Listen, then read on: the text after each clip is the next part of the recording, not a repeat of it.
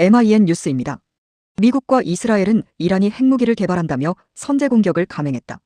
핵무기 개발 시설뿐 아니라 다수의 국가 지도자를 공격 목표로 삼았다. 막대한 피해가 발생했지만 이란은 거세게 저항하는 중이다. 이란은 주변국의 위협에 대항한다며 핵무기를 개발한 파키스탄, 북한 등과 비슷한 경로를 밟았지만 핵무기를 완성하지는 못했다. 파키스탄은 핵무기를 완성했으며 북한은 명확한 상황이 밝혀지지 않은 상태다. 작금의 이란 전쟁을 보는 북한은 심경이 복잡할 것으로 보인다. 북한은 강대국으로부터 핵무기 보유국의 지위를 인정받기를 원한다. 한국이 북한을 어떻게 대우할 것인지에 대해서도 논란이 거센 편이다. 북한과 종전협정을 체결하려면 영토 논란 해소 필요, 헌법 조문의 해석에 대한 기준 재정립 요망. 우리나라 헌법 제3조와 제4조는 북한 지역에 대해 규정하고 있다. 즉 제3조는 대한민국의 영토를 한반도와 그 부속도서로 한다로 명시돼 있다. 또한 제4조는 대한민국은 통일을 지향하며 자유민주적 기본질서에 입각한 평화적 통일정책을 수립하고 이를 추진한다로 정리돼 있다.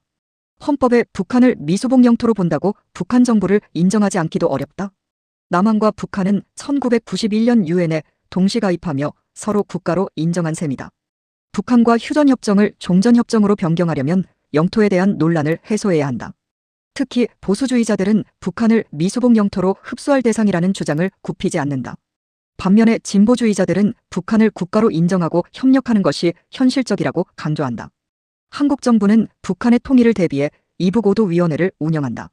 미수복 영토를 통치한다는 명분으로 실제 업무는 없는 5명의 차관급 도지사를 두고 인건비를 지급한다.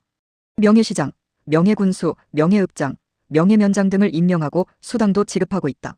2025년 기준 100억 원이 넘는 예산을 사용하고 있지만 회의 개최 건수도 한 달 평균 1회에도 안 될 정도로 실제 활성화되어 있지 못하다. 이북5도회가 추진하는 사업은 북한 이탈 주민 관련 행사로 약 18억 원을 지출한다. 연간 18억 원의 사업을 수행하는데 100억 원에 가까운 인건비와 운영비를 쓰고 있다고 볼 수 있다. 다른 정부기관이 이러한 방식으로 예산을 사용한다면 비판에서 살아남지 못한다. 예산을 줄이거나 사업 예산의 비중을 확대하는 것이 바람직하다. 이북5도위원회를 폐지하는 방안을 적극 검토할 필요성 높음. 행안부 통일부에서 운영 가능.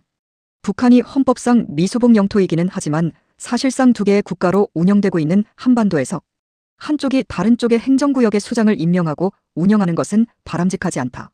남북관계의 발전을 위해서도 이북5도위원회를 폐지하는 방안을 적극 검토할 필요가 있다.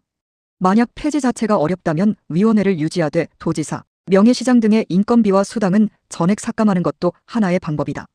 전문가들은 이북5도위원회를 폐지하더라도 북한 이탈 주민 및 이북5도민 관련 행사는 이북5도위원회가 아니라 행안부 또는 통일부가 진행하면 충분히 가능하다고 본다.